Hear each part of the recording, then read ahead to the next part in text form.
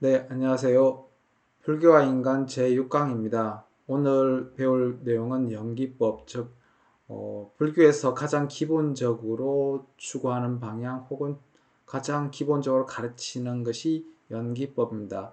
그것을 한글로 해석하면 모든 것은 연결되어 있다라고 하는 말일 것입니다. 오늘 불교인간에서 가르칠 내용은 인간을 고통으로부터 해방시키는 것을 목표로 한 불교가 고통의 생성과 소멸을 어떻게 설명하는지 혹은 존재의 의존성을 어떻게 설명하는지에 대한 것을 해보도록 하겠습니다. 그것을 보통은 연기라고 하기도 하고요. 자, 오늘 내용에서 보시면 첫 번째는 연기에 대한 의미, 두 번째는 연기의 대표적인 의미로서 12연기가 있는데 그 12연기의 순역관, 그리고 현재 우리 지구의 환경 문제와 연기를 엮어서 불교의 연기론적 세계관 그리고 생명적 관점에서 연기를 말씀드리겠습니다. 첫 번째, 경전에서 설명한 연기라고 되어 있는데 불교 경전에서는 연기를 어떻게 설명했냐라고 하니까 이것이 있으면 저것이 있고 이것이 생기면 저것이 생긴다. 그리고 이것이 없으면 저것이 없고 이것이 사라지면 저것이 사라진다 라고 했습니다. 여기서 항상 중요시되는 것은 주어인 이것이입니다. 그래서 이것이 있다고 하면 상대방이 있을 것이고 이것이 생긴다고 하면 저것도 있을 것입니다. 그런데 이것이 없어지면 저것이 없어지고 이것이 사라지면 저것이 사라진다고 할 것입니다. 근데 제가 말씀드리는 것은 여기서 이것과 저것의 위치를 바꾼다든지 혹은 이 말을 다르게 해석해서 어떻게 이제 사람들이 얘기를 하냐면 이것이 있으면 저것이 있다라고 하는 얘기를 저것이 있어서 이것이 있고 혹은 저것이 생겨서 이것이 생기게 한다라고 잘못 착각하는 경우가 있어서 말씀을 드리는 겁니다. 우선 연기법에서 이것이 있어서 저것이 있다라고 한 것은 내가 있어서 남이 있고 혹은 상대가 있다는 것이지 남으로부터 남이 있어서 내가 있다는 것은 절대 아닙니다. 두 번째 구절은 더 심해지는데요. 저것이라고 하는 것 자체, 그러니까 저것이라고 하는 것이 나에 영향을 미치는 게 아니라 이것이 내가 남에게 영향을 미쳐서 만들어진다라고 하는 것입니다. 이걸 잘못 전도 혹은 잘못 해석한다 하는 경향이 나타나면 저것으로 인해서 이것이 없어집니다. 혹은 사라집니다. 라고 한다고 하면 그야말로 이제는 나의 책임감이나 나의 모든 것에서 상대방에게 그 책임감을 떠맡기고 내가 왜 이렇게 사는가 혹은 지금 나는 왜 이렇게 살아야 하는가에 대한 주제의식을 상대방에 떠맡기게 된다는 겁니다. 근데 불교에서 말하는 것은 절대 그렇지는 않습니다. 내가 주체이고 상대는 객체인 것이고 그 나의 주체에 의해서 객체가 있고 생기하고 없고 사라진다는 의미지 객체 즉 상대로 인해서 내가 있고 생기하고 없고 사라진다는 것이 아닙니다. 이거 정말 조심해야 되는데요. 흔히 이제 우리가 세상을 사시다 보면 보통은 남 탓을 하는 경우가 가장 많습니다. 근데 그 남 탓을 하는 경우의 대부분은 내가 지금 이렇게 살아가는 것 자체는 당신 때문이야 라고 하는 것들 때문에 나타납니다. 근데 이 당신 때문이야가 아니고 연기법에서는 당신이 때문에 그렇게 살아가는 것이 아니라 나의 선택, 나의 모든 것으로 인해서 다시 상대방이 만들어지고 상대가 사라진다라고 하는 것입니다. 조금 더 살펴보도록 하겠습니다. 자, 어떤 것을 연하여 일어난다, 반연하여서 일어난다고 하는 것은 다른 것과 서로 관계하여 존재하는 것으로 동자적으로 존재하는 것이 아니며 상주불변하는 것이 더욱더 아닙니다. 즉, 지금 내가 일어나는 모든 존재는 지금 나와 비롯한 모든 존재는 다른 것과 서로 상관관계 속 혹은 관계 하에 존재한다는 겁니다. 그리고 나 홀로 존재하지 않습니다. 나 홀로 존재한다고 하면 요거는 이제 타 종교에서는 이제 독자적으로 존재하는 것이 나타나겠는데 일단 불교는 그렇지는 않습니다. 그래서 나라고 하는 존재는 상대로부터 관계 속에서 존재하는 것이지 그게 나 홀로 흔히들 이제 사춘기 때 이르르면 보통 어떤 생각을 하게 된 인간은 나는 어떤 존재일까라고 하는 생각을 깊이 하게 되는 시기가 나타납니다. 그걸 보통 사춘기라고 하고 이것으로서 부모라고 하는 존재 혹은 나라고 하는 존재를 어떻게 규정 지을 것인가라고 하는 것이 나타나는데요. 그 이후에가 되면 나의 정체성이 확립이 되는 시기가 나타납니다. 그게 이제 흔히 청소년기라고도 하는데 그때 가장 많이 드는 생각이 나는 어디로부터 비롯된 것일까라고 하는 생각들이 많이 등장합니다. 그런데 불교에서는 나는 어디로부터 등장한 게 아니라 나는 서로 상관관계 속에서 존재하는 존재인 것이라고 답을 한다는 것입니다. 그리고 두 번째에 상주불변한 것은 더욱더 아닙니다라고 하는 것 자체는 뭐냐면 이 세상의 모든 존재는 영원하지 않다라고 하는 얘기입니다. 영혼이라고 하는 것은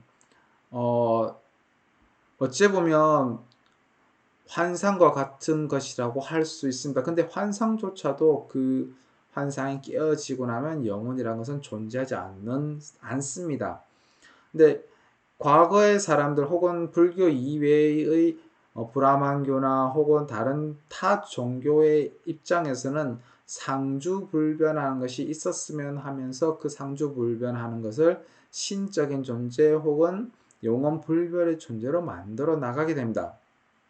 그런데 이 세상에 과연 영원하지 않은 것이 있을까요? 라고 하면 아마도 여러분들 생각하시기에 영원한 것은 없습니다. 영혼이라고 하는 것 자체가 어디의 시간과 어디의 시간을 맞닥뜨리냐에 따라 다릅니다.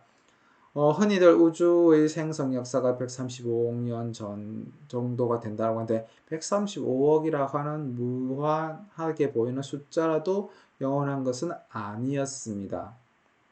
또한 인간은 그보다 더욱더 작아서 약 100여 년을 삽니다. 그러면 100여 년을 산다고 하는 것은 인간이 봤을 때 그럼 그것이 과연 영원했을까라고 하니까 다들 아니라고 믿고 있습니다. 그러면 인간이 키우는 개라든지 혹은 고양이가 인간을 보았을 때에 보시면 개의 입장에서는 자기는 늙어가는데 인간은 늙어가는 것을 잘 보이지 않습니다. 개의 수명이 인간보다 약 7분의 1, 8분의 1 정도밖에 되지 않기 때문에 그렇습니다.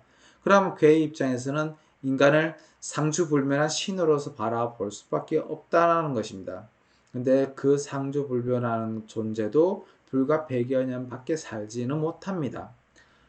더불어서 이 세상에서 상주불변한다고 흔히 여길 수 있는 돌도 마찬가지입니다. 돌이 바람에 깎이고 피에 깎이고 물에 씻기면서 그 돌조차도 많이 변화하면서 결국은 그 돌이 다시 모래로 돌아가고 그 모래가 다시 뭉쳐서 다시 돌이 되고 하면서 항상 변화하는 존재입니다.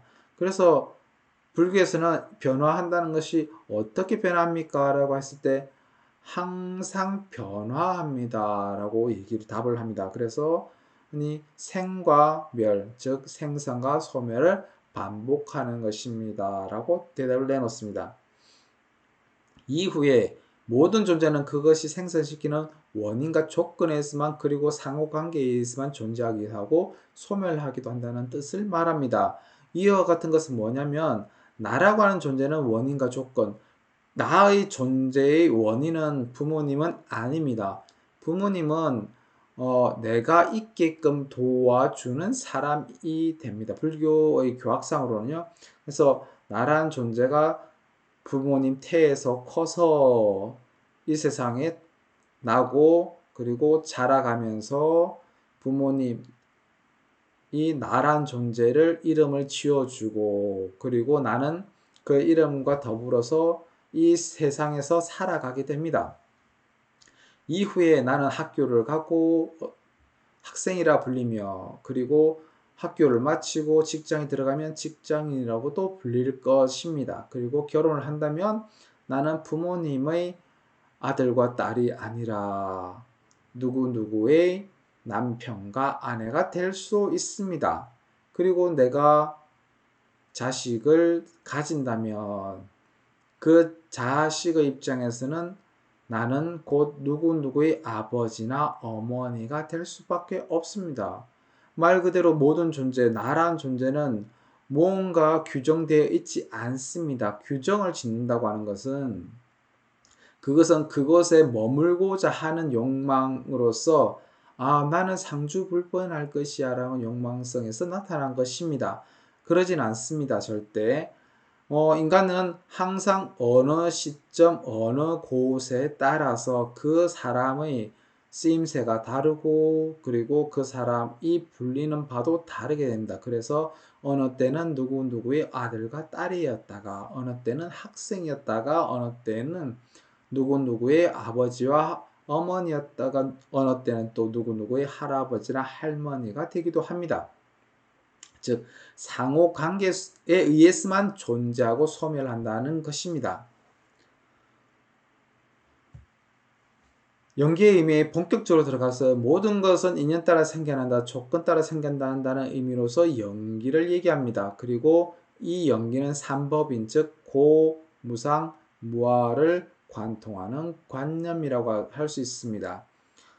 삼법에는 조금 제가 말씀을 드리겠습니다. 일단 첫 번째 1번 모든 것은 연인에 따라서 인연에 따라 생겨난다, 조건에 따라 생겨난다라고 하는 것은 일단 인과 연, 보통 불교에서는 인을 직접적인 원인을 간접적인 원인이라고 합니다. 그래서 그 직접적인 원인과 간접적인 조건에 의해서 무엇이 생성한다는 것입니다. 그것은 홀로 독립적인 존재가 없다라고 하는 것을 말합니다. 즉 나란 존재도 어떤 연에 의해서 규정이 될 것입니다. 그래서 나를 관통하고 있는 나 자신을 규정하고 있는 말 자체가 나의 이름을 부를 때 흔히 조지훈의 시 꽃에서 보면 그가 나의 이름을 불렀을 때 나는 비로소 꽃이 되었다라고 했을 때 누가 꽃이라고 불러주기 전까지는 그것은 꽃이 아니었습니다. 그런데 누가 꽃이라고 불러준다고 하면 그 꽃은 그 꽃의 이름을 가지게 될 것입니다. 그렇지 않으면 모두 다 이제 흔히들 아는 잡초가 될 수도 있습니다. 흔히 이제 이것은 쉽게 할 수 있는 비유로서 한국 사람들이 즐겨 먹는 나물을 잘 보시면 뭐 나물 좋아하시는 분들도 있고 싫어하시는 분들도 계실 건데 흔히 채소의 경우가 한국인들의 관념에서 채소의 경우는 엄청나게 다양합니다. 이 세상에서 먹을 수 있는 채소는 무궁무진한데 영미권에서의 채소는 한정이 되게 되어 있습니다. 왜? 채소를 먹는 방법이 한국과 영미권이 달라서 그렇습니다. 특히 중국과도 다릅니다. 한국의 경우에는 독이 있는 채소라 하더라도 그것을 독을 제거하고 난 뒤에 먹기 때문에 저거는 맛있는 채소야 라고 하고 먹습니다. 근데 영미권에서는 그것을 독을 제거하는 방법 자체를 아직 터득하지 못했기 때문에 저것은 먹으면 죽는 채소야 라고 하는 것들도 만들어진다. 말 그대로 어떤 인연을 만나에 따라서 그 채소가 될 수 있고 독초가 될 수도 있습니다. 덧붙여서 흔히 여러분들 이제 하나 예를 더 드린다면 많이들 들어보셨을 겁니다. 보톡스라고요. 보톡스라고 하는 것은 엄청난 극독입니다. 사람을 죽일 수 있는 극독인데 그 극독을 어느 정도 정량, 아주 소미량이겠죠. 소미량을 얼굴에 주사한다면 그 얼굴이 마비가 되면서 마비로 인해서 주름이 펴지는 것처럼 보인다고 하는 것입니다.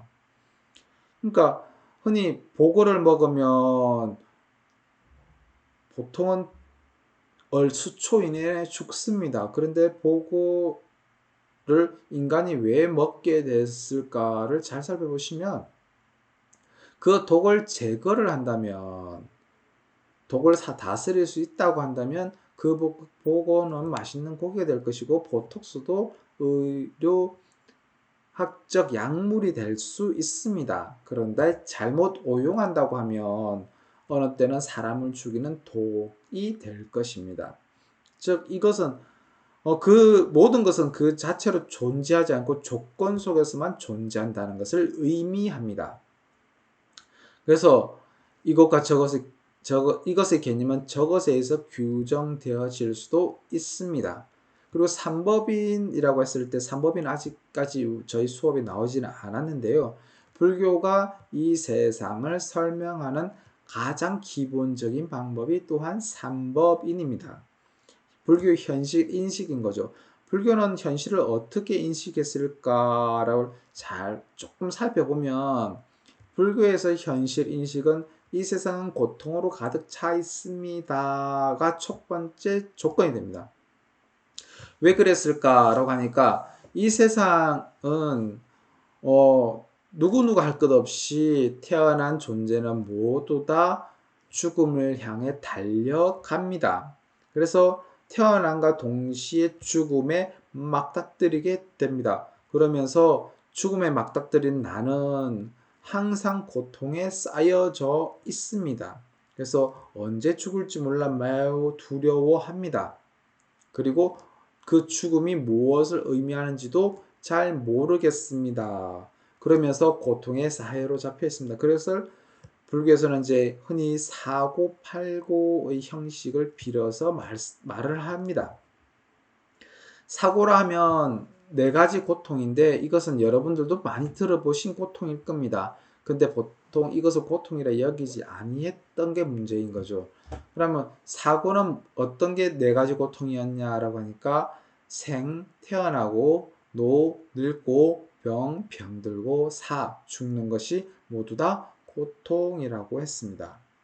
그리고 팔구는 이 앞에 네 가지 고통과 더불어서 만나고 싶은 사람을 못 만나고, 만나기 싫은 사람을 만나고, 혹은 내가 있다고 하는 나의 존재에 대한 고통이 나타나고, 혹은 가지고 싶어 하는 것도 가지지 못한다는 것을 팔고로서 묶어 놓았습니다. 즉, 나의 욕망, 내가 무엇을 하고 싶으나 하지 못하는 고통과 더불어서 나의 존재 자체가 괴로운 존재임을 깨닫는 게 고통이라고 했습니다. 그럼 한국인들은 고통을 얘기할 때 잘 와닿지는 않는데요. 흔히 우리가 이제 조금만 돌이켜 생각해 보더라도 지금 살고 있는 게 과연 행복일까라고 잘 생각해 보시면 지금 살고 이렇게 힘들게 살고 이렇게 힘들게 생활해야 된다는 것은 과연 미래의 행복을 위한 길일까 아니면 지금의 고통일까라고 합니다. 몇 년 전에 이 밈이 돌았죠. 아프니까 청춘이다. 이것을 또 밈으로 만들어서 청춘은 왜 아파야 하는가? 이런 얘기들이 나타납니다. 그런데 아프니까 청춘이다. 청춘이라고 왜 아파야 하는가? 이거 모두 다 뭐냐면 이 세상은 고통에서 비롯되었다고 할 수 있습니다. 불과 20대 청년들만 아프다고 생각하면 안 됩니다. 여러분들이 어릴 때도 엄청 아파했을 것이고요. 그리고 초등학교 때, 고등학교 때, 그리고 지금 대학생이 되어서도 아파하고 있습니다. 항상 고뇌에 사로잡혀 있고 어떻게 사는 것이 바른 길일까라고 생각하는 그것들도 모두 고통이라고 하는 것입니다. 그리고 즐거움이 가득한 세계면 좋지 않을까라고 하는 생각을 가지는데 즐거움이 계속 된다고 한다면 그것이 과연 즐거움일까라고 했을 때 그것은 즐거움이 아니라 곧 고통으로 또한 다가올 수 있습니다. 이런 점에서 일체의 모든 것은 고통에 사로잡혀 있습니다가 3법인의 첫 번째고요. 3법인의 두 번째는 무상이라고 하는데 무상이라고 하는 것은 항상 하다의 상자입니다. 그러다 보니까 항상한 것은 없습니다. 입니다. 이것을 이제 불교식 용어로 하면 재행무상이라고 합니다. 그럼 재행무상이라는 것은 무엇일까라고 하니까 이 세상에서 영원한 것은 없습니다. 그리고 이 세상에서 변하지 않는 것은 없습니다라고 하는 의미입니다. 앞서 말씀드렸듯이 이 지구도 나도 항상 변화해 나가고 있습니다. 그런데 인간은 100여 년 정도에 사는 유한한 존재이기 때문에 유한한 존재는 유한을 극복하기 위해서 무한을 추구를 합니다. 그러다 보니까 어떤 무한한 것이 있을 거야 라고 착각을 하는데 무한이란 것은 없습니다. 분명히 지금 과학적으로 증명되는 것도 우주의 크기도 유한합니다. 무한하지 않습니다. 그런데 현재의 관점으로는 그 우주의 끝에 다다라는 것이 불가능할 정도로 크기 때문에 우주의 크기가 무한하다는 것이지 결코 무한하지는 않습니다. 유한한 존재인 거죠. 그리고 이 우주가 생성되고 성장해 나가고 그리고 그 성장이 멈추고 언젠가는 소멸할 시기가 올 것입니다. 이 지구도 마찬가지일 겁니다. 지구가 생성과 소멸을 계속 반복을 할 것입니다. 그래서 이 세상에서 영원한 것은 없습니다가 무상이고요. 이제 세 번째 관념이 무아인데 무아의 관념이 조금 어렵습니다. 무아는 어떤 걸 무아라 했냐면 이 세상에서 나라고 할 만한 것이 있습니까? 라고 물어봤을 때 나라고 할 만한 것이 없습니다. 라고 하는 관념입니다. 그럼 왜 나라고 할 만한 것이 없을까요? 이 질문에서 지금 나는 여기 있는데 내가 과연 어떤 존재입니까? 라고 물어보았을 때 지금 나는 어디에 구속되어 있냐를 잘 생각해 보시면 답이 나옵니다. 나의 마음이라 나의 생각은 나의 머리에 있을까요? 혹은 나의 가슴에 있을까요? 아니면 지금 바라보고 계시는 PPT 혹은 저희 수업 동영상이 있을까요? 아니면 여러분들이 잘 보시고 계시는 TV 프로그램 속에 있을까요? 혹은 아니면 저 멀리 세계 여행을 간다고 하면 현재 앉아서로도 내 머릿속에서 그곳에 앉아 있는 듯한 감각을 느낄 수도 있을 겁니다. 그러면 나는 과연 어디에 있을까요? 라고 했을 때 나는 과연 누구입니까? 나는 과연 어디에 있습니까? 라고 했을 때 나는 어디에도 없습니다. 그게 무아입니다. 그래서 나의 팔이 과연 나일까? 팔이 잘려서 조금 무서운 얘기지만 팔이 잘린다고 해서 그 팔이 과연 나였을까? 라고 했으면 잘렸던 팔은 이미 나가 아닙니다. 그리고 다리도 마찬가지겠죠. 또한 나라고 생각했던 것들이 흔히들 나가 아니었다라고 하는 것에서 참 충격을 많이 받으시는데 이 몸은 과연 나 자신일까를 잘 생각해 보시면 이 몸이 나 자신이라고 한다면 내 마음대로 나의 몸을 통제할 수 있을 겁니다. 그런데 그게 통제가 잘 안 됩니다. 왜냐? 배고프면 밥을 먹습니다. 그럴 때 나란 존재는 배고프면 밥을 먹는 게 과연 나일까라고 하니까 그게 아니었다고요. 나는 먹기 싫어요. 나는 안 먹어도 살아요. 나는 이럴 때에 몸은 계속해서 먹을 것을 원합니다. 그럴 때 이 몸뚱아리는 과연 내 마음을 따라줄까요? 그러지 않거든요. 나의 몸은 나의 뜻을 따라가지 아니하고 항상 몸이 원하는 바를 관철하기 위해서 나에게 무엇을 지시하거나 무엇을 암시합니다. 그러다 보니까 내 몸이 하는 바대로 따라가는 경향도 많습니다. 그럴 때 나는 과연 나는 내 몸의 주인일까를 잘 생각해 보시면 내 몸은 나야. 내가 내 몸의 주인이 아닐 수도 있겠구나 하는 생각이 만들어지게 됩니다. 그래서 나라는 존재는 무엇입니까? 라고 하는 의문이 발생됩니다. 이것을 대답한 것이 뭐냐면 나란 존재는 인연에서 생겨나 인연에 따라서 소멸하는 존재입니다로 말씀드릴 수 있습니다. 불교에서는요.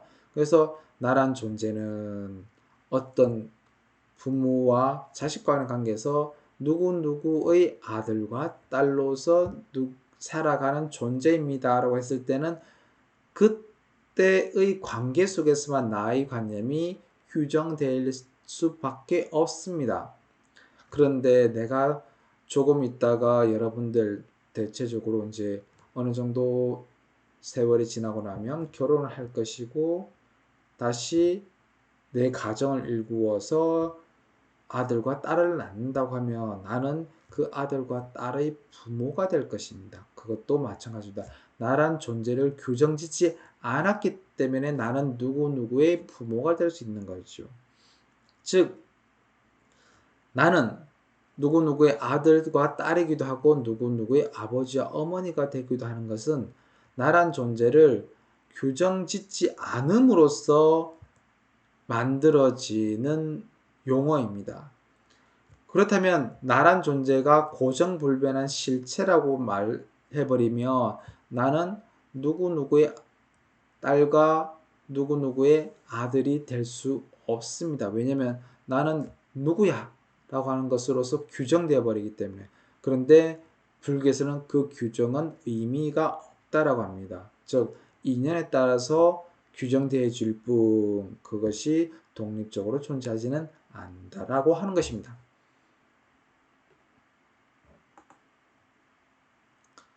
자, 다음 PPT에 보시면요. 그래서 많은 불교의 교설, 즉 불교가 가르치는 법을 한마디로 표현하면 연기라고 할 수 있습니다. 그래서 연기법은 부처님께서 우리에게 일러주신 이 세상의 진리라고 합니다. 그리고 인간에게서 생사의 괴로움이 있게 된 근본 원인을 밝혀주고 있습니다. 왜 이제 세 번째 문장에서 보시면 연기라고 하는 것은 지금 나는 왜 괴로울까? 혹은 나는 왜 존재하게 될까를 연기법으로서밖에 설명이 안 되기 때문에 그렇습니다. 즉 괴로움을 당하는 나는 과연 어디에서 비롯되었을까? 어떤 것으로 인해서 나는 괴로움에 빠졌을까?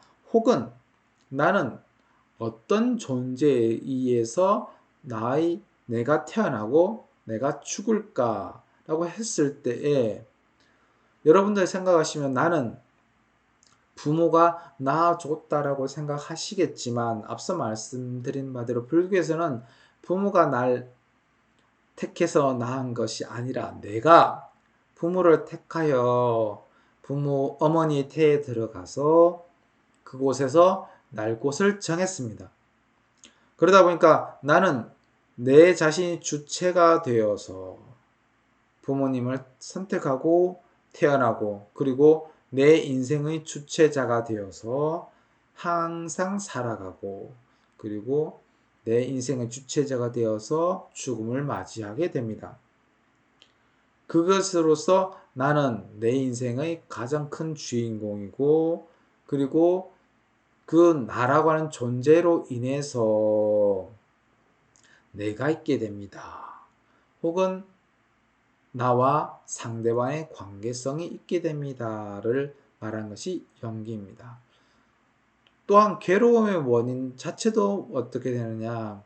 괴로움이랑 하는 것도 원인이 있는 괴로움이지, 괴로움이 원인이 없다라고 하면 그것은 괴로움이 아니게 될 건데, 항시 우리가 보면 괴로움이란 것은 무엇으로서 비롯됩니다. 일반적으로 여러분들이 느끼는 괴로움의 경우에는 아까 제가 고통에서 설명드렸듯이 구불tuk구라고 하는 것이 있는데,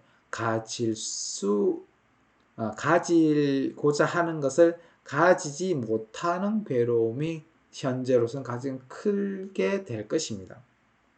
즉 인간의 욕망으로 인해서 내가 저것을 가져야 되겠는데, 저것을 나의 것으로 했으면 좋겠는데 하지 못한다고 하는 괴로움, 그리고 내가 무엇을 성취하고 싶은데 그것이 뜻대로 되지 않는다는 괴로움, 그런 것들이 있는데, 그럼 이 괴로움에서 근본적인 원인은 과연 무엇이었을까라고 했을 때, 인간의 욕망이자 혹은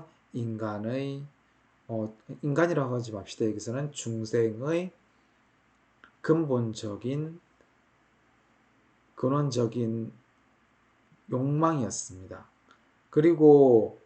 그런데 연기설은 부처님에 의해서 창조된 것이 아니라 부처님께서 발견하신 보편타당 객관적인 진리이므로 이것을 법이라는 말로 표현하고 있는 것을 볼 수 있습니다. 즉 부처님께서 연기법을 설명하실 때, 나는 연기법을 내가 창조하는 것이 아니라 나는 연기법을 이 세상이 연기로서 이루어졌음을 보았기 때문에 깨달은 자라고 했습니다. 말 그대로 연기법이라는 것은 이 세상의 보편적 진리이고 객관적 진리이기 때문에 그것을 다르마 혹은 담마라고 하는 말로서, 법이라고 하는 말로서 표현하고 있음을 볼 수 있습니다. 자, 다시 조금 더 들어가서 연기라고 하는 의미를 조금 더 설명해 드리겠습니다.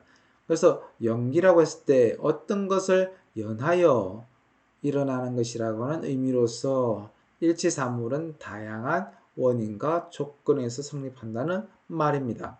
이건 제가 계속 말씀드렸습니다. 그리고 인간의 존재나 세계는 모두 어떤 원인과 조건에서 근거해서 성립하는 것이라고 합니다.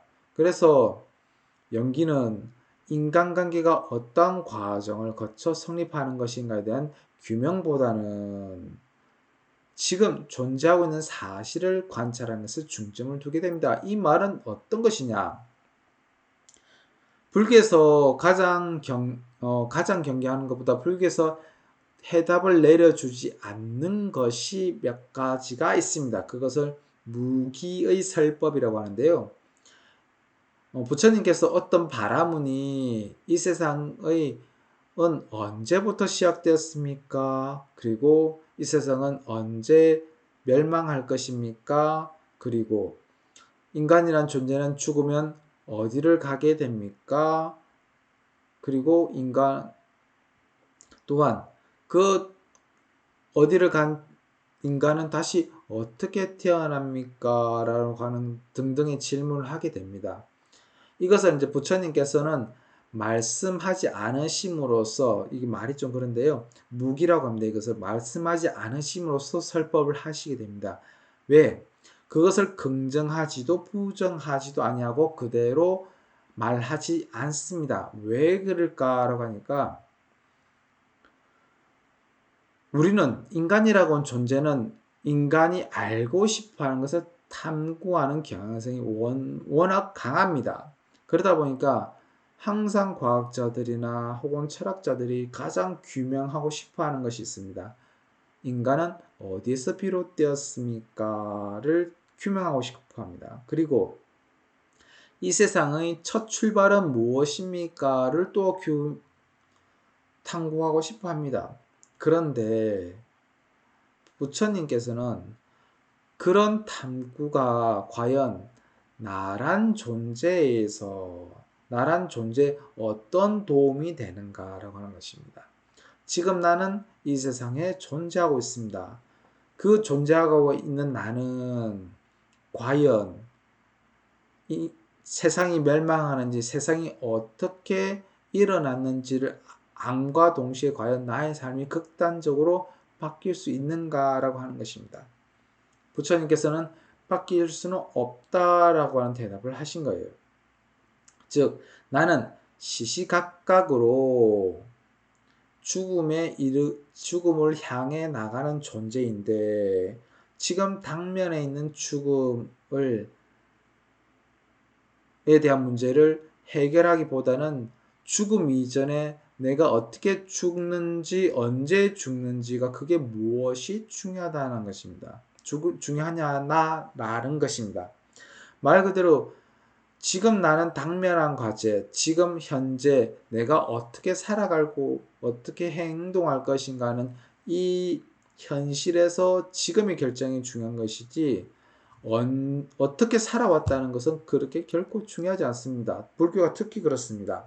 불교는 과거에 어떻게 살았든지 그것을 묻지 않습니다. 지금 내가 어떠한 결정을 할 것인지 혹은 지금 내가 어떻게 살아갈 것인지 결정이 더욱더 중요하다는 것이지요. 그래서 성립에 대한 것보다는 지금 현재를 중심으로 투자하는 것이 영기입니다. 그러면 이제 조금 더 자세히 들어가서 불교에서 연기를 설명할 때 가장 크게 말씀드리는 게 12연기라고 하는 것이 있습니다. 12연기라고 하는 것은 12가지 조건에 의한 생성과 소멸을 이야기합니다. 그리고 생멸 변한 세계와 인생의 모든 현상을 설명하기도 하고요. 그리고 인간의 생애에 있어서 근원적인 문제의 괴로움의 생성 과정 혹은 괴로움의 소멸 과정을 제시하는 것이 12연기입니다. 자, 순간과 역간에서는 조금 설명을 더 드릴게요. 자, 순간입니다. 12연기에서 흔히들 요거는 저희 불교하는 사람들은 이렇게 외워봅니다.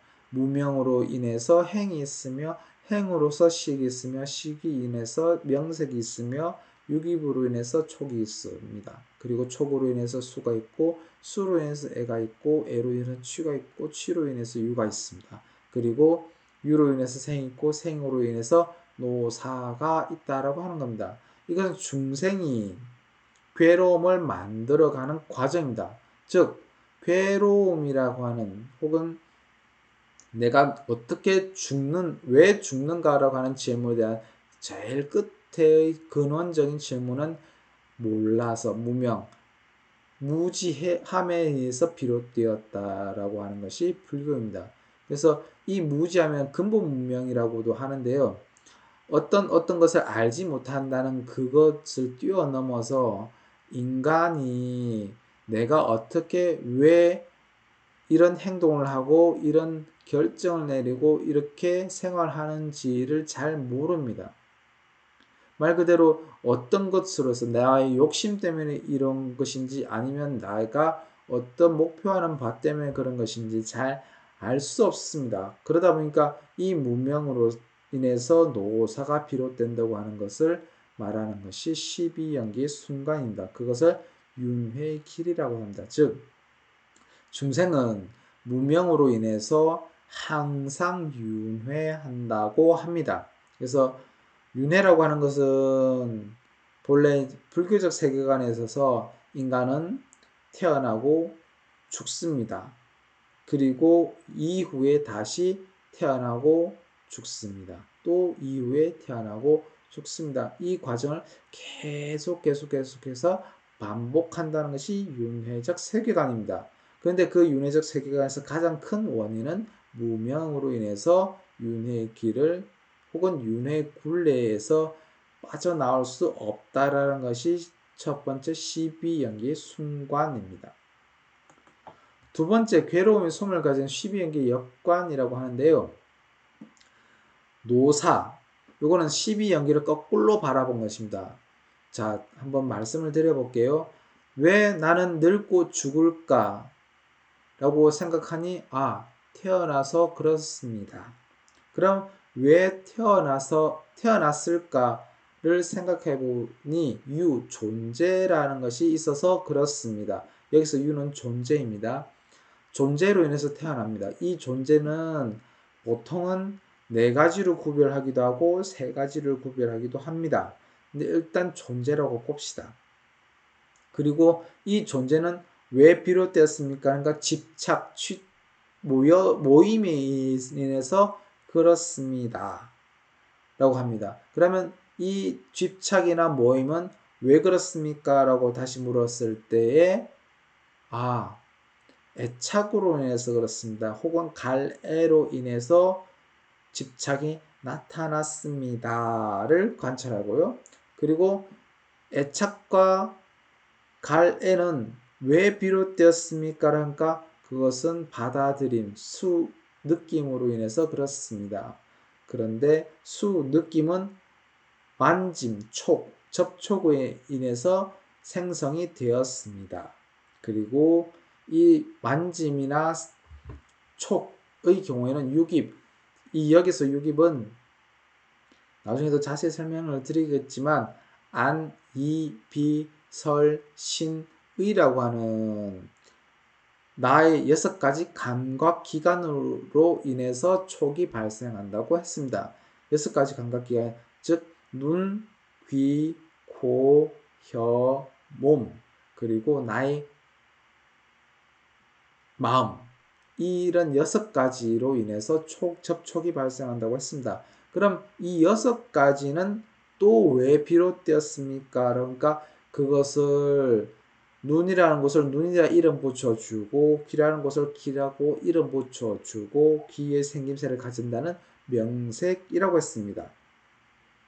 그럼 명색은 왜 누가 이름 붙여주었습니까? 라고 하니까 거기서는 마음이 이름을 붙여주었기 때문에 그렇다고 했습니다. 그러면 그 마음은 또한 어디서 비롯되었습니까? 라고 하니까 인간의 행위, 인간의 업으로 인해서 그 마음이 비롯되었습니다. 라고 합니다. 그럼 그 인간의 행위나 인간의 업은 무엇으로 비롯됐습니까? 라고 하니까 무명 때문에 인해서 그렇습니다. 라고 대답합니다. 그러면 내가 늙고 죽음을 피하기 위해서는 무엇을 해야 됩니까? 무명을 없앤다면 늙고 죽음조차도 없어질 것입니다. 라고 하는 것이 흔히 말해서 윤회를 벗어나는 길입니다. 그래서 윤회의 굴레에서 벗어난다고 해서 해탈이라고 하는 말을 씁니다. 즉 여기서 태어난 이상 인간은 노사, 즉 죽음을 떨칠 수는 없습니다. 그렇다고 해서 그 죽음을 두려워하는 것이 아니라 죽음을 똑바로 바라본다면, 죽음이 무엇인지 바로 알기만 한다면 그 죽음에 대한 두려움은 없어질 것입니다. 이것이 곧 해탈의 길입니다. 자, 12연기 지분.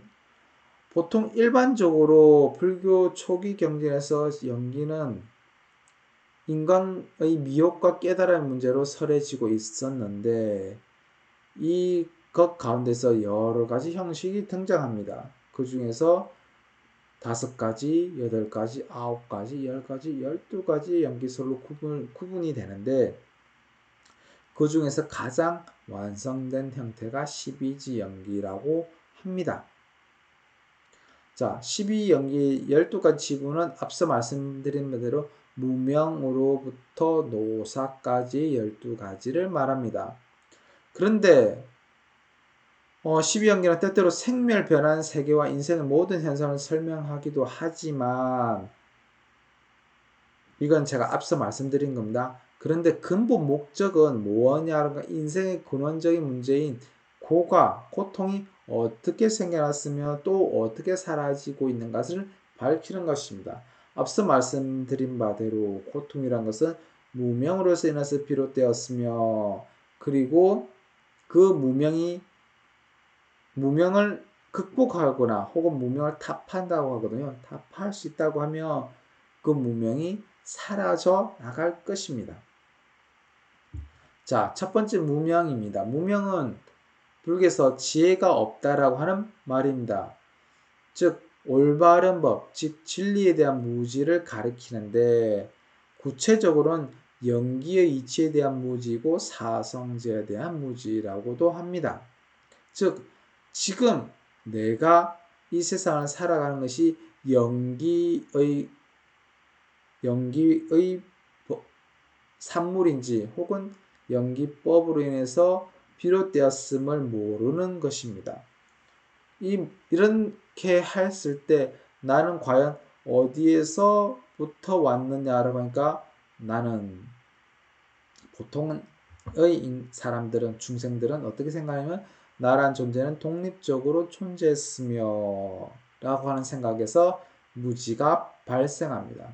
즉 나는 독립적인 존재가 아니라 연기법에서 만들어진 존재이고 그리고 그 연기법에 만들어진 존재는 사성제, 고짐멸도라고 하는 요거는 제가 아마 다음 시간 할 수도 있을 겁니다. 고짐멸도라고 하는 이 세상에서 고통과 그 고통의 원인 그리고 고통의 이 멸한 세계 그 멸할 수 있는 방법을 설명하는 것이 사성제인데 그것을 모르는 데한 무지를 무명이라고 했습니다. 그리고 무명은 근본 본래로서 일체의 미혹, 집착, 번뇌의 근원이 된다고 합니다. 즉 지금 우리가 어리석고 그리고 무엇에 집착하고 그리고 괴로움에 사로잡혀 있는 것의 근원적인 원인은 무명이라고 합니다. 그래서 이 근본 무명으로 인해서 괴로운 현실이 전개된다라고 합니다. 즉 내가 지혜가 없기 때문에 괴로운 현실을 맞닥뜨린다고 합니다. 여기서 지혜라고 하면 불교에서 항상 지혜를 강조하는데요. 여러분들 아시는 과학적 지식이 아니라 말 그대로 인간 세계 혹은 이 중생 세계가 어떻게 구성되고 어떤 원리로서 돌아가는지 그것은 연기법이죠. 그런 것을 바로 안다는 것을 지혜가 있다라고 하는 말로서 씁니다. 즉 과학적 지식이 아니라 지금 이 세상의 모든 것을 통달할 수 있는 지혜를 지혜라고 합니다.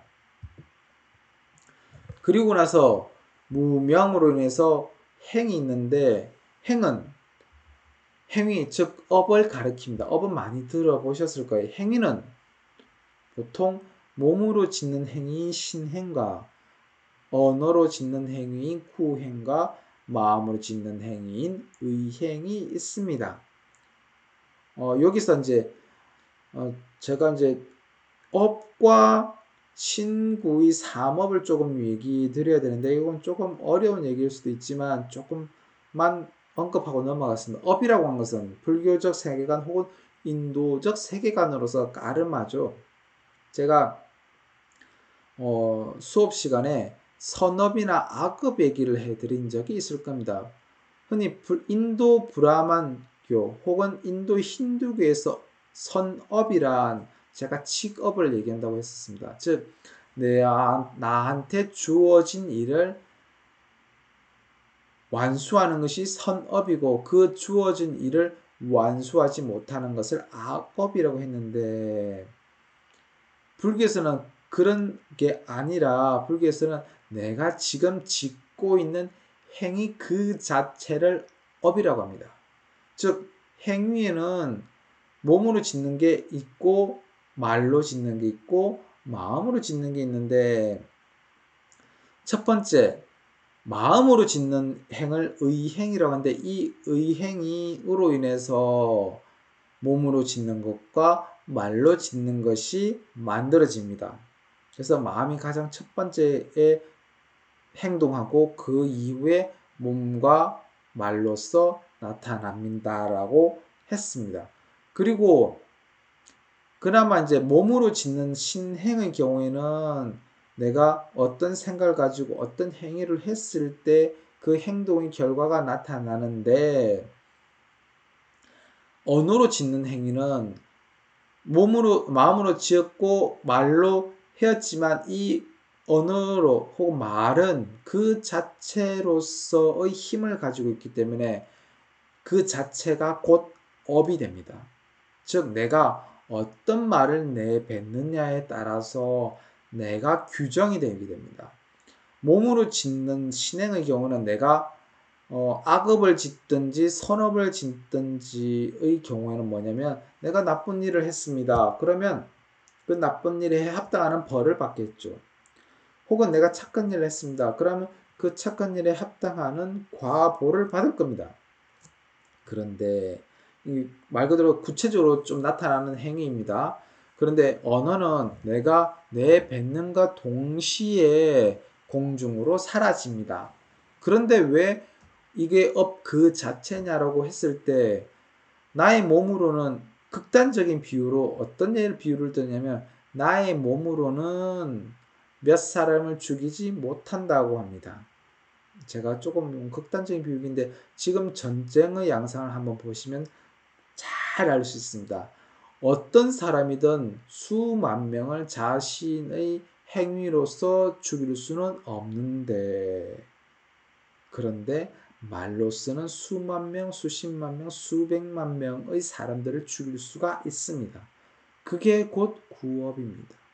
즉 지금 내가 어떤 말을 하는가에 따라서 나의 모든 것이 청해진다고 볼 수 있습니다.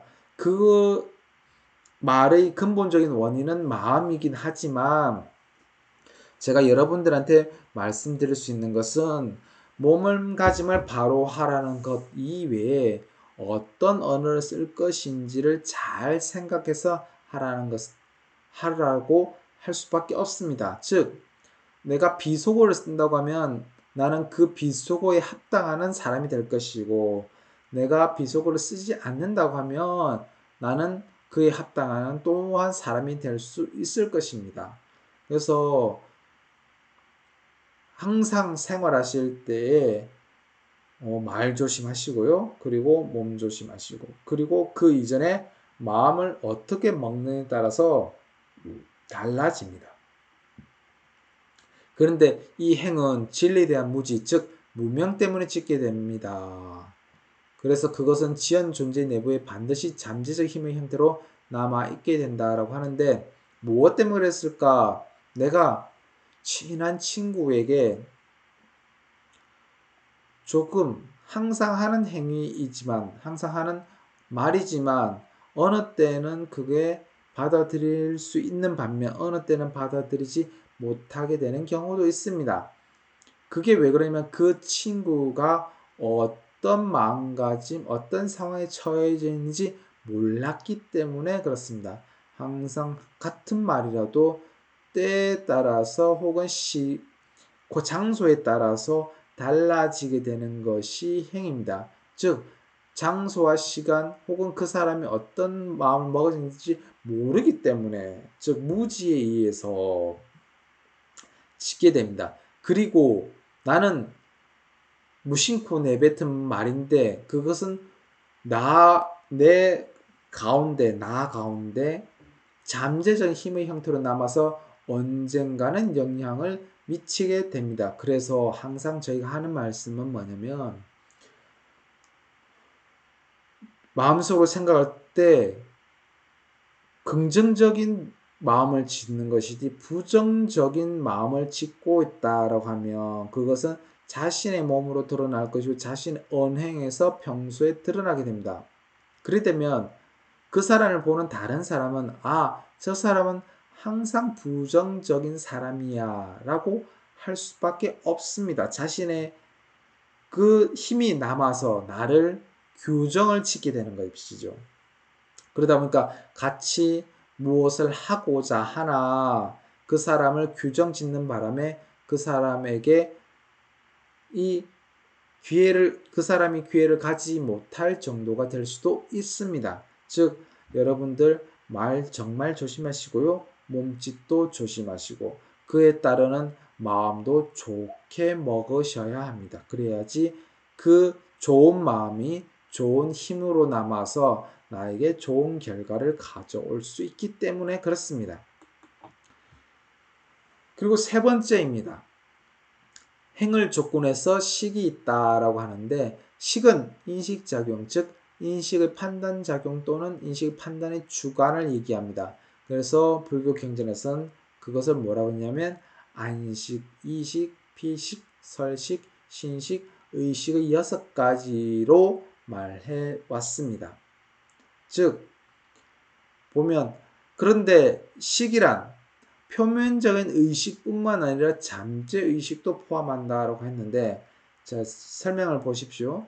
꽃을 볼 경우 꽃이라는 인식이 일어나게 되는데, 전에 꽃을 본 경험이 잠재 의식 속에 남아있기 때문에 저것은 꽃입니다 라고 할 수 있습니다. 그래서 이때 꽃을 보았다는 과거의 경험은 과거의 행위로서, 따라서 과거의 행위 없다면 현재의 인식이 일어날 수 없다라고 하는 것으로서 행으로 인해서 식이 비롯되었다는 것을 말합니다. 다시 말씀드려서, 내가 과거에 무엇을 보아서 그 경험으로 인해서 저것은 나한테 이로운 거야 아니면 나한테 해로운 거야 라고 하는 인식 판단의 기준이 나의 의식 가운데 남아 있게 됩니다. 그것을 어떻게 받아들이느냐가 앞에 6가지로 받아들이는데요. 안식, 즉 눈으로 보는 마음이었어. 이식, 귀로 듣는 마음, 비식, 코로 맞는 마음, 혈식, 입으로 먹는 마음, 신식, 몸으로 느껴지는 마음, 의식, 마음으로서 바라보는 것들이 있습니다.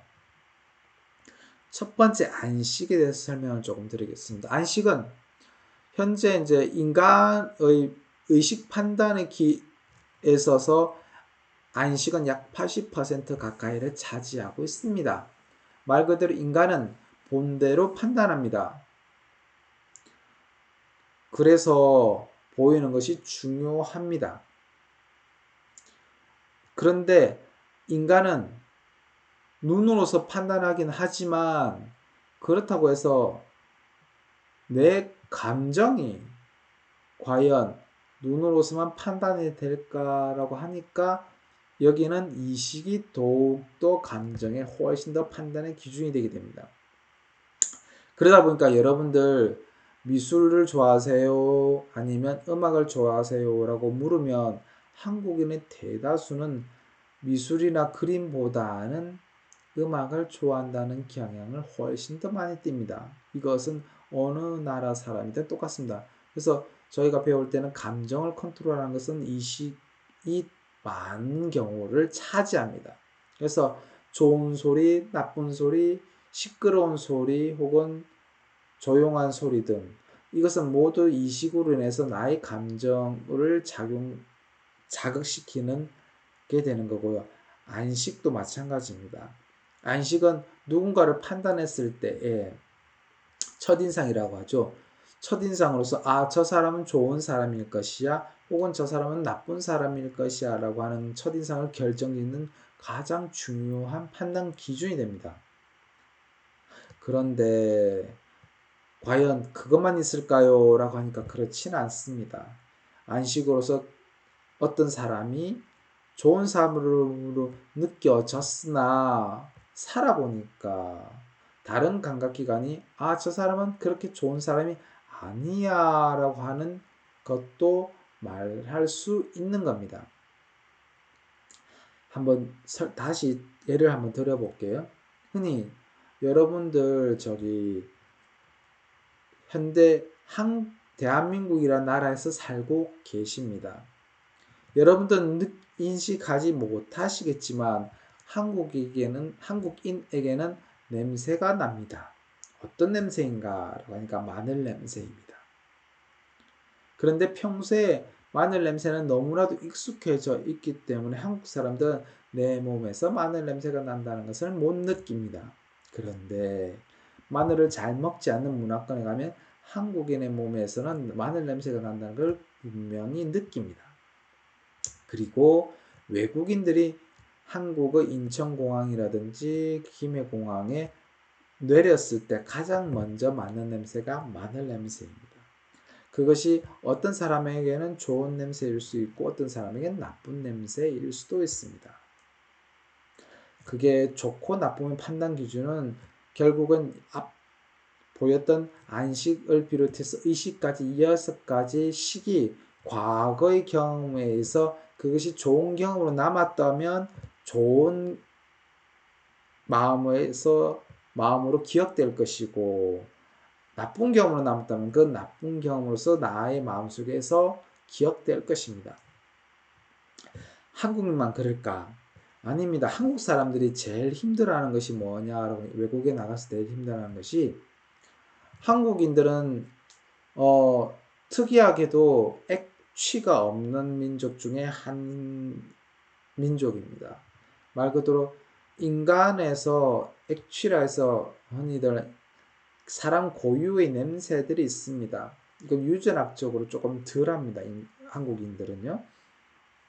그래서 여러분들 아무리 많은 군중 속에 들어가더라도 흔히 액취가 나는 경험을 많이 못했을 겁니다. 그런데 외국 사람들의 경우에는 특히 이제 치즈를 먹거나 유제품을 많이 먹는 민족의 경우는 그 액취가 좀 심합니다. 그러다 보니까 한국인들은 그 사람 곁에만 조금만 가더라도 그 액취 때문에 숨을 쉴 수 없을 정도로 힘들어하는 경향성을 많이 보입니다. 그런데 외국 사람들은 그 액취는 당연히 있는 거기 때문에 의식 가운데 이것이 좋다 나쁘다의 관념이 없습니다. 대신 그 액취가 다른 사람을 불쾌한다고 생각하고 교육을 시켜오기 때문에 흔히 데오드란트라고 하는 그 액취 제거제를 발라서 액취가 없어지기를 하기도 합니다. 여러분들 중에서 데오드란트라는 액취 제거제를 쓰는 사람은 좀 드물 겁니다. 한국인들은 대부분이 많이 없기 때문에 그래요. 그래서 어떤 냄새가 혹은 어떤 맛이 나에게 경험에서 좋은 경험인지 혹은 나쁜 경험인지에 따라서 다 다르게 판단합니다. 그것이 식이라고 합니다. 즉 경험, 행위로 인해서 경험이 정해지게 됩니다. 자, 이후에 그 마음은 그럼 마음으로 해서 무엇이 있게 되느냐라고 하니까 명색이 있게 된다라고 합니다. 즉 여기서 명은 정신적인 것을 말하고요. 색은 물질적인 것을 말합니다. 이건 뭐냐면 식이 마음, 즉 주관적인 면을 나타나고 있는데 반해서 명색은 그 대상의 객관적인 면을 나타냅니다. 그래서 명색이라고 하면 말 그대로 이름, 저 사람은 누구입니다 라고 했을 때 이름을 붙여주고 그 사람의 모양에 따라서 이름을 붙여줍니다. 그래서 제가 뭐 지금 누구를 얘기할 수는 없으니까요. 자, 그냥 예를 들어서 여러분 집에서 키우고 있는 개를 보았을 때 개의 이름을 지어주고 그 개의 생김새에 이름을 지어주게 됩니다. 그래서 흔히 뭐 개라고 했을 때 제가 뭐 개의 대표적인 이름으로 뭐라 할 수 없으면 그냥 해피야라고 하겠습니다. 해피야라고 했을 때 그 개가 나에게 반응을 하는 것입니다. 그것이 명색입니다. 즉 그 사람을 객관화시키는 것이 명색입니다. 지금 여러분들이 갖고 있는 이름도 명색입니다. 즉 이 이름은 나의 마음으로부터 비롯되는 것입니다. 그래서 나의 마음이 어떻는지에 따라서 명과 색이 정해집니다. 왜 객관적인 것이 왜 주관적인 것에서 정해질까라고 하니까 나는 나의 친구들에게 어떤 사람으로 기억되고 있는지를 잘 살펴보면 알 수 있습니다. 그 사람의 기억으로 인해서 나의 이름과 나의 몸이 초등학교 동창생한테는 초등학교의 몸과 기억 그리고 이름으로 남게 될 것입니다. 그리고 지금 현재 대학에 와서 만난 친구들한테는 대학생으로서의 이름과 몸이 남게 되는 겁니다. 그래서 인간은 언제 어느 때 혹은 어느 곳에서 만났는지에 따라서 그 명과 색이 조금씩 달라집니다. 그래서 누구라고 규정을 지을 때 정말 조심해야 되는 것들이 요즘에 이제 예전 학폭 문제가 많이 터졌을 때에 학교 폭력을 행했던 사람들이 과연 성인이 되어서도 잘 살 수 있을까라고 했을 때에 학폭의 기억, 즉 식의 기억으로 인해서 행위가 식을 만들고 그 식인 기억으로 인해서 나의 명색이 정해진다고 합니다. 정말 조심해야 되겠죠. 자, 일단 나의 이름과 나의 모습은 그러면 과연 무엇을 만들까요? 라고 하니까 그 다음으로 해서 육입을 만들게 됩니다. 혹은 육체를 만들게 되는데 나는 무엇으로 이루어졌습니까? 라고 하니까 눈을 비롯해서 귀, 코, 혀, 몸, 마음의 6가지 감각기관과 대상 그리고 감각작용의 접촉의 조건이 되는 육입으로 이루어졌습니다. 라고 합니다. 즉 나는 육입 6가지의 수단과 조건으로 인해서 상대방을 파악하게 됩니다. 즉 나라고 하는 존재, 물질적인 존재에서 육입을 차차고 육입으로 인해서 내가 이 세상을 받아들이게 됩니다. 즉 눈으로서는 눈으로 보이는 것을 보게 될 것이고 귀로는 말이라든지 소리를 듣게 될 것이고 코로는 냄새를 맡게 될 것이고 혀로는 맛을 보게 될 것이고 몸으로는 접촉을 느끼게 될 것이고 마음으로는 법이라고 하는 것, 즉 이제 마음으로 볼 수 있는 것들을 볼 수 있게 되는 것입니다. 그런 감각기관과 감각대상, 감각작용 접촉의 조건이 되는 육입이 있습니다. 이후 육입은 다시금 그것으로 인해서 촉이 있다고 합니다. 즉 말 그대로 눈으로서 내가 바깥 사물을 보는 것도 촉이요. 귀로서 소리를 듣는 것도 촉입니다. 그래서 촉이 있다고 합니다. 그런데 흔히 고락, 괴로움과 즐거움 등의 감각기관과 대상과 감각작용의 접촉에서 성립된다고 하는데 왜 그럴까라고 하니까 촉이라고 하는 것은 말 그대로 지각을 일으키는 일종의 심적인 힘으로서 내가 눈을 접촉했습니다. 귀로 접촉했습니다. 코로 접촉했습니다. 라고 했을 때 기준은 뭐냐면 나의 마음이라고 할 수 있습니다. 즉 내가 무엇을 보았습니다. 그러면 내가 그 무엇을 본 나는 그것이 나에게 해로운지 혹은 즐거움을 주는지 혹은 괴로움을 주는지를 심적으로 판단하게 됩니다. 귀도 마찬가지겠죠. 코도 마찬가지일 겁니다. 혀도 마찬가지일 거고 신체인 접촉도 마찬가지일 겁니다. 그리고 뜻에 대한 접촉도 마찬가지일 겁니다.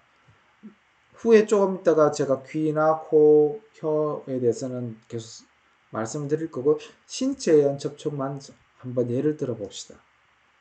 신체, 즉 나의 신체는 흔히 무엇을 접촉할까라고 하니까 보통 신체는 이제 경전에 따르면 부드러운 거, 거칠고 매끈한 거 그런 것들을 접촉하기도 한다고 하지만 또한 어떤 것도 접촉하게 되느냐라고 하니까 여러분들 몸으로 온도와 습도도 접촉하게 됩니다. 온도 등도요.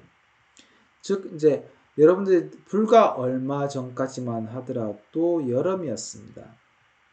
이럴 때 에어컨이라고 하는 기계에서 나오는 바람은 매우 시원했을 겁니다.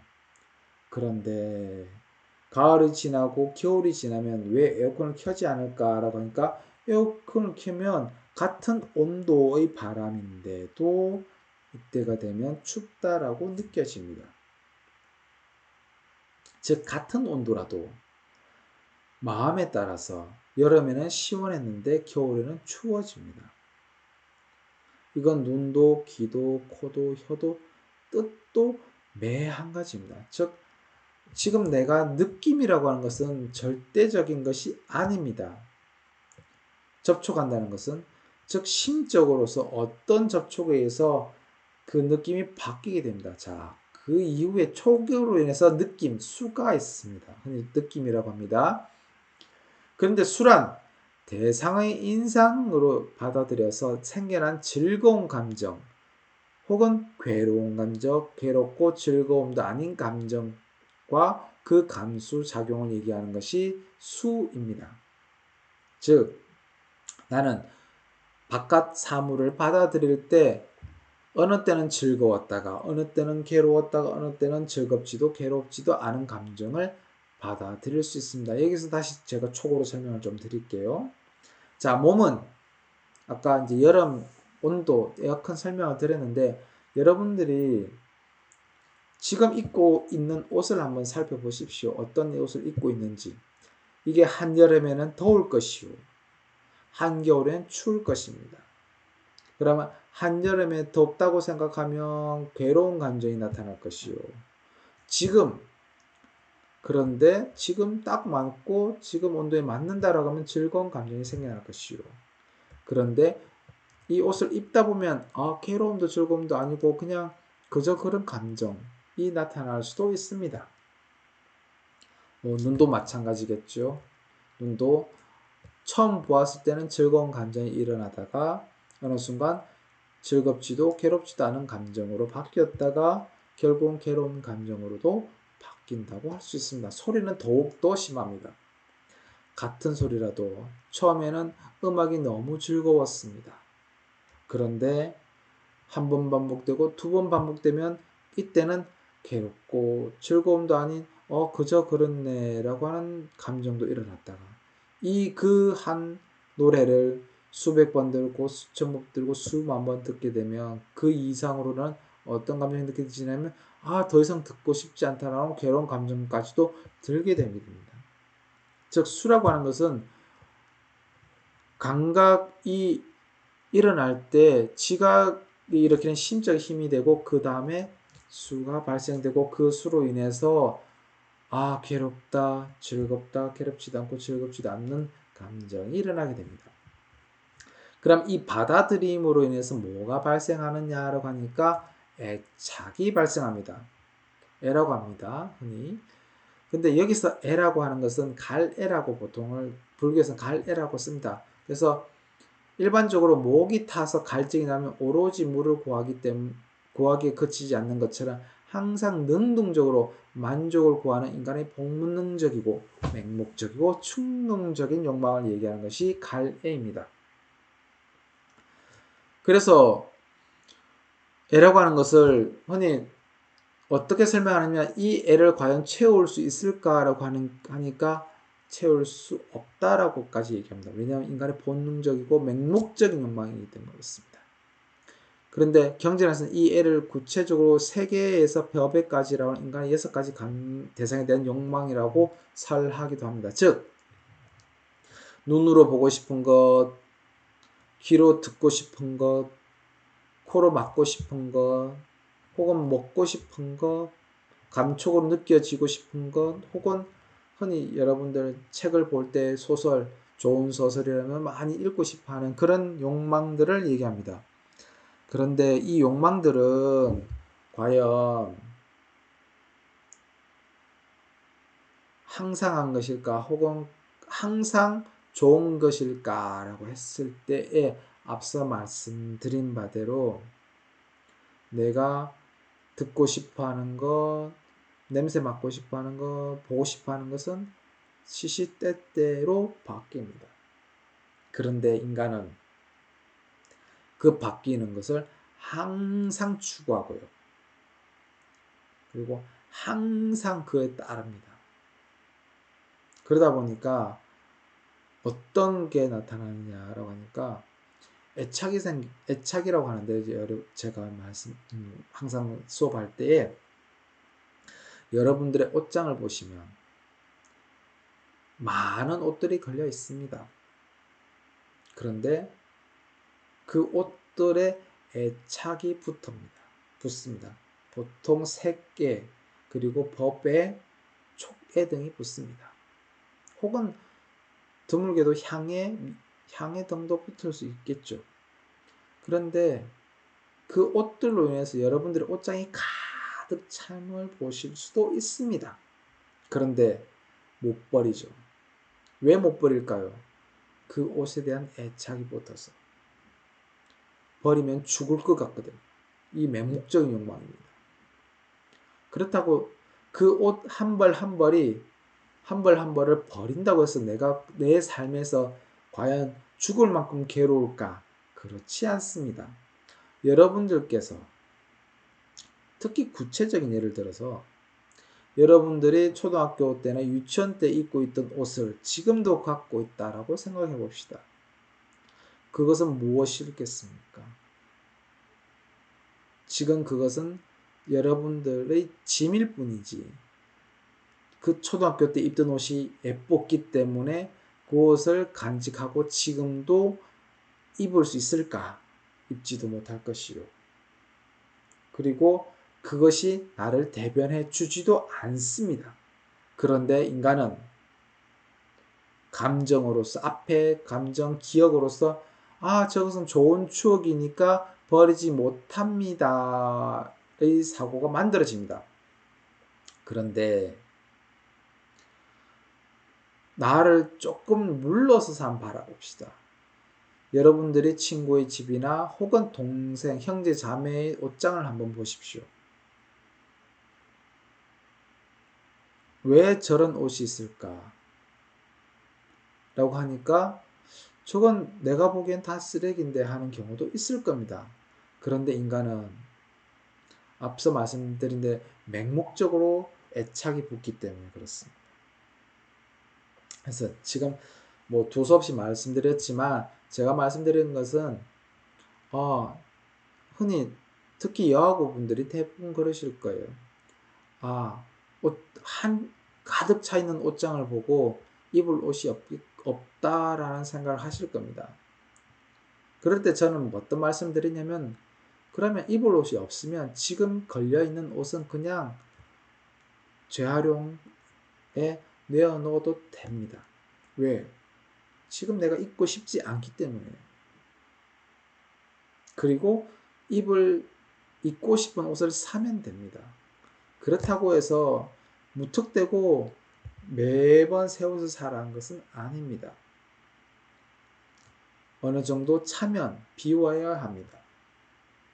그래야지만 새로운 것을 채울 수가 있는데 어떤 사람들을 보면 새로운 것을 채우기 전에 새로운 것을 채우는 것에 만족하고 버리는 것에 만족하지 못해가지고 집안이 정말 볼 수 없을 정도에 이르는 사람들도 많습니다. 다시 수업으로 돌아가서요. 이 애는 욕의 유의 비유를 한 3애로 살아가기도 합니다. 여기서 유애는 영원히 살고 싶어하는 욕망입니다. 즉 나는 유한한 존재입니다. 유한한 존재이기 때문에 그 유한을 넘어서 무한으로 가고 싶어합니다. 인간들은. 그래서 내가 언제까지 살고 싶어 합니까? 라고 물어봤을 때 영원히라고 합니다. 그건 욕망입니다. 그리고 두 번째 비유애가 있습니다. 이거는 어떤 욕망이냐 하니까 살고 싶지 않습니다도 욕망입니다. 왜 그러냐? 욕망이 충족되지 않을 경우 더 이상 살고 싶지 않은 거예요. 그것조차도 욕망인 겁니다. 그리고 그 가장 근본이 되는 것은 욕애입니다. 인간의 감각의 대상이 되는 색, 성향, 미촉법에 대한 욕망을 욕애라고 하는데요. 색, 즉 내 눈으로 보고 싶은 것, 귀로 듣고 싶은 것, 코로 맡고 싶은 것, 먹고 싶은 것, 척척하고 싶은 것, 그리고 법에 대한 갈망이 욕망인 욕애라고 합니다. 그래서 여러분 인간은 이런 애로서 항상 살아간다라고 합니다. 다음은요. 이 애를 조건해서 이 욕망, 애착을 조건해서 취가 있다고 하는데 여기서는 취는 집착의 의미로서 인간이 미혹한 생존의 인간의 미혹한 생존은 집착에 근거한 것입니다. 즉 어떤 대상에 대해서 욕망이 생기면 뒤따라 그것에 집착을 일으키게 됩니다. 즉 앞서 말씀드렸던 예를 들었던 대로 지금 보기에는 예쁘지도 아니하고 그렇다고 지금 입을 수도 없는 옷에 대해서 집착이 생깁니다. 왜 그러냐? 미혹하기 때문에 그렇습니다.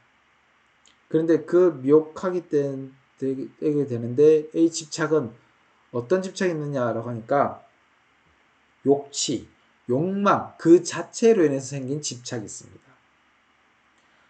감정적으로 내가 저것을 가지고 싶어요. 저것만 있으면 나는 행복할 것 같아요. 욕망이죠. 거기에 집착합니다. 그러면 그것을 가졌습니다. 그럼 과연 행복할까요? 라고 하니까 이제는 그것은 가졌으니까 다른 것을 다시 집착하게 됩니다. 또 다른 것을 가지고 싶어요. 끝이 없을 겁니다. 두 번째, 견취가 있습니다. 이거는 견해를 주장하는 집착입니다. 아, 내 말은 옳습니다. 혹은 나의 견해는 모두 옳습니다. 라고 하는 집착입니다. 이 세상에서 나의 견해가 옳은 적이 있었을까? 라고 하니까 잘 없네요. 나의 견해는 어떤 견해에서 비롯된가? 앞서 제가 가장 처음에 말씀드렸듯이 무명으로 인해서 해를 일으켰기 때문에 나의 견해는 절대적으로 옳은 견해는 아닙니다. 그런데 인간은 그 견해에 집착합니다. 그 중에서 좀 특수한 것이 괴금치입니다. 계율이나 신조를 주창하는 집착입니다. 즉 내가 믿고 받아들인 신조가 모두 옳은 것이야. 남들도 나와 똑같이 해야 해. 내가 나의 계율로서 내가 무엇을 하는 계율로서 내가 저것을 믿고 있으니 남들도 같이 믿어야 해. 이런 것이 계금치입니다. 이건 종교인들 사이에서 조금 많이 나타나는 집착이기도 합니다. 그 다음 네 번째, 아어치가 있습니다.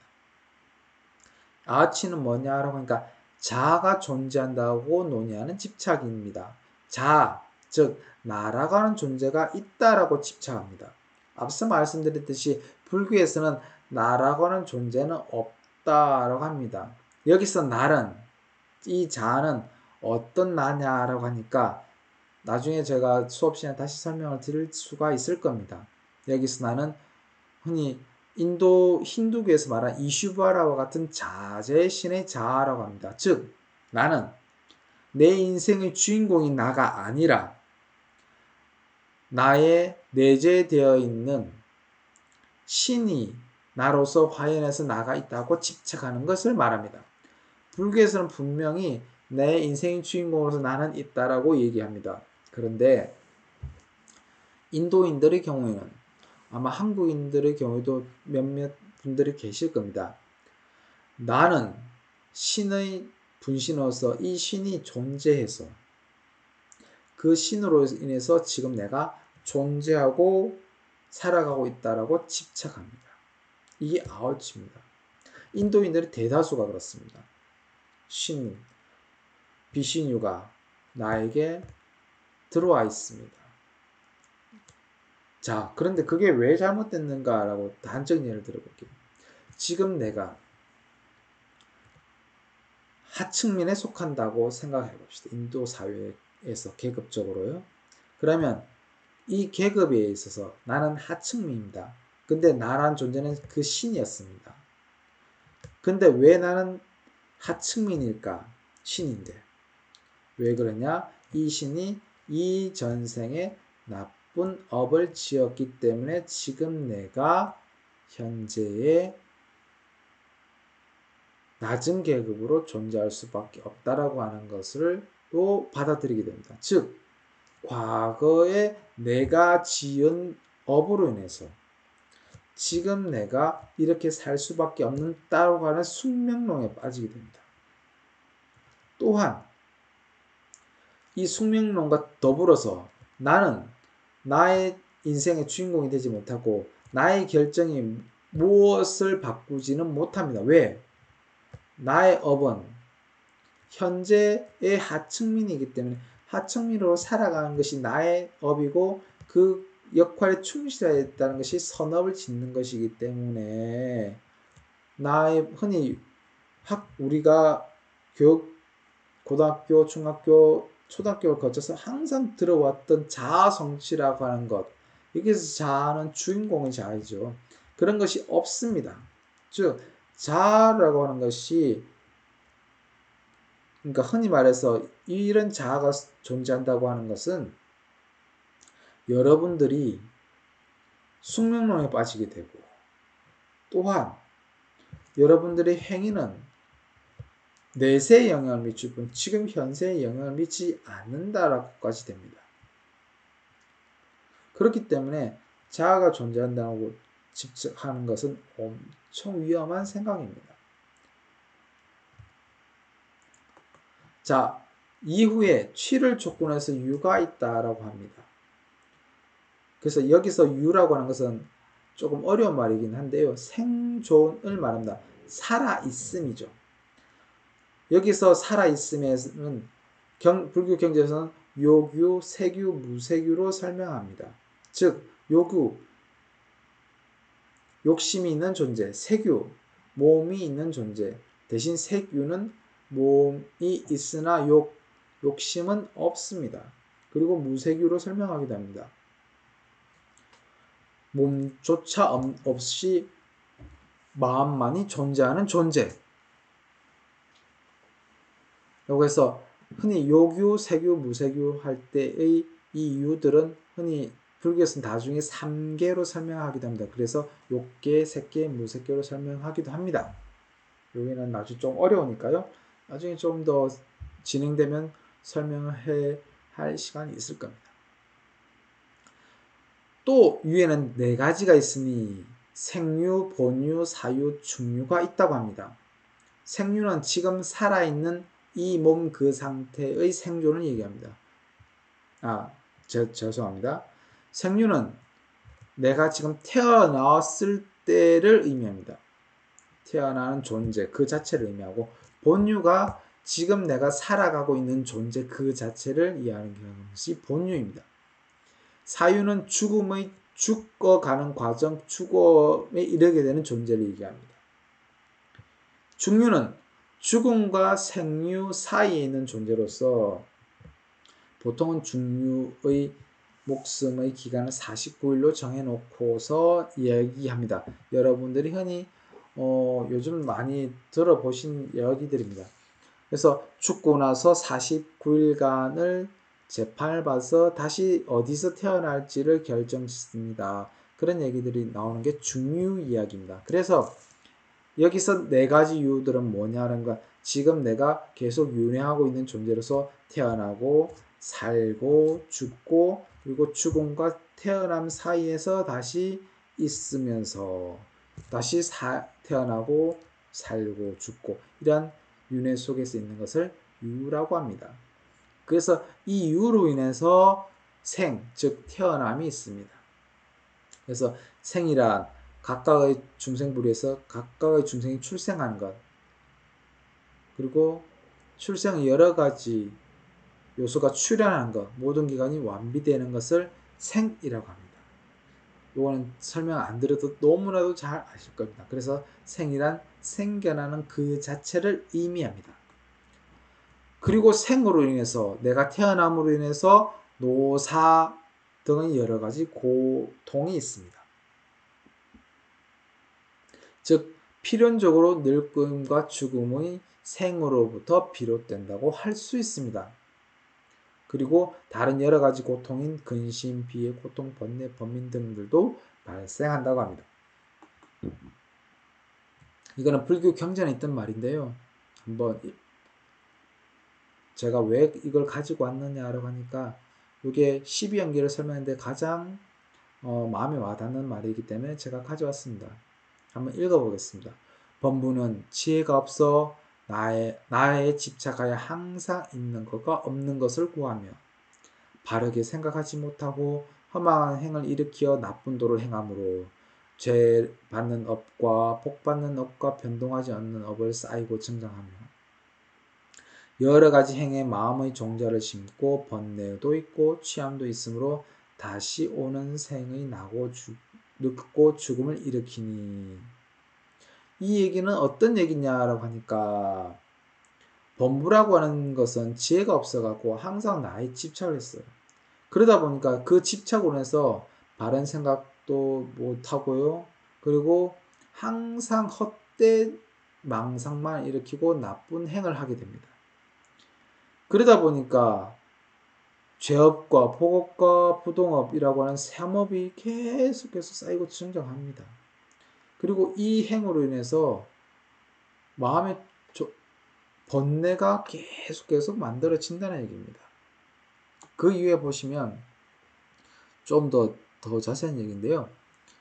이런 바 업은 밭이 되고 식은 종자가 되는데 무명에 덮이고 애정의 물을 죽여서 나라는 교만의 물을 되어주면 소견이 증정해 명색이란 쌍이 나느니라고 되어 있습니다. 이것만 설명하고 넘기겠습니다. 말 그대로 업이라고 나의 행위가 나의 밭이 됩니다. 그 나의 밭에 무엇을 심느냐라고 하니까 나의 마음을 심었습니다. 그런데 나의 마음을 심었는데 그 나의 마음을 심고 나서 무명으로 덮어놓았습니다. 그러다 보니까 내 마음이 무엇인지 잘 모르겠어요. 그리고 무명으로 덮어놓고는 애정이라고 하는 물을 열심히 주는 거예요. 그러고 나니까 그리고 또한 나라고 하는 교만이라고 하는 물을 열심히 데워줍니다. 그래서 나라고 하는 집착 소견이 만들어서 명색이라고 하는 싸움이 나타난다고 합니다. 즉 지금 내가 나라고 하는 존재를 어떤 존재로 바라볼 것인가를 잘 살펴보시면 나는 과연 누구일까라고 하니까 나는 나의 애정과 나라는 교만이 혹은 나라고 하는 소견이 나를 만들지 않았을까 잘 생각해 보셔야 합니다.